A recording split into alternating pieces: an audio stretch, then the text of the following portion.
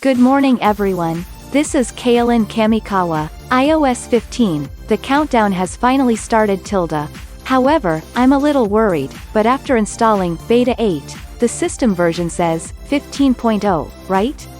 Normally, I thought that Beta 8, or some kind of beta display would come out, but why is it 15.0? Then is the official version 15.1? Or is it 15.01? There is no such number, so the official version is 15.0, right? Does that mean that this Beta 8 is just the official version? Does that mean that there is no further improvement? Well, for that, the Doka Demo Honyaku function that was installed from this time as it's unstable, and it can't be helped. Other functions are generally smooth. First of all, if you try to translate something other than English, you will run out of control. For example, if you try to translate Korean, the translation function is not even displayed from the menu. At this time, I realized that it was useless to play around with it. I have no choice but to leave it for a while. If you sleep overnight, it will heal. Also, when I try to translate into English, it says, translate to English. Huh? What do you mean by translating English into English when you want to translate English into Japanese? After reloading, this time it says, translate website. Huh? When I reload it as it is, I finally get, translate to Japanese. After reloading 3 times, it will finally be translated into Japanese. There is also a menu called, report translation problems, but it is grayed out and cannot be used.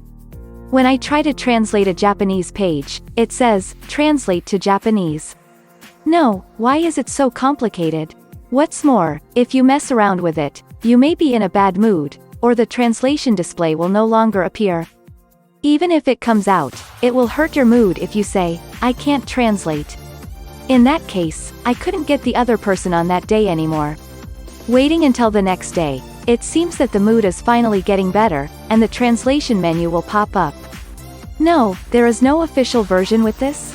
No matter how much, while thinking inwardly, well, I have a feeling that I will be swayed by this translation function for the time being.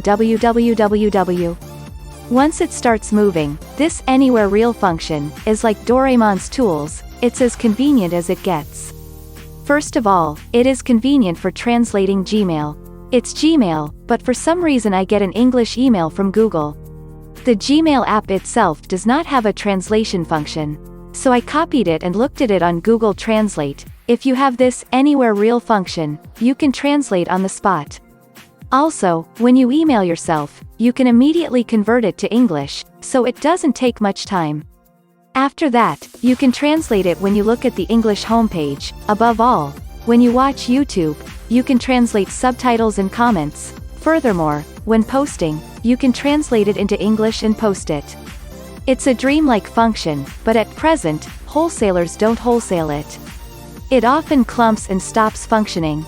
I can't even translate anything other than English.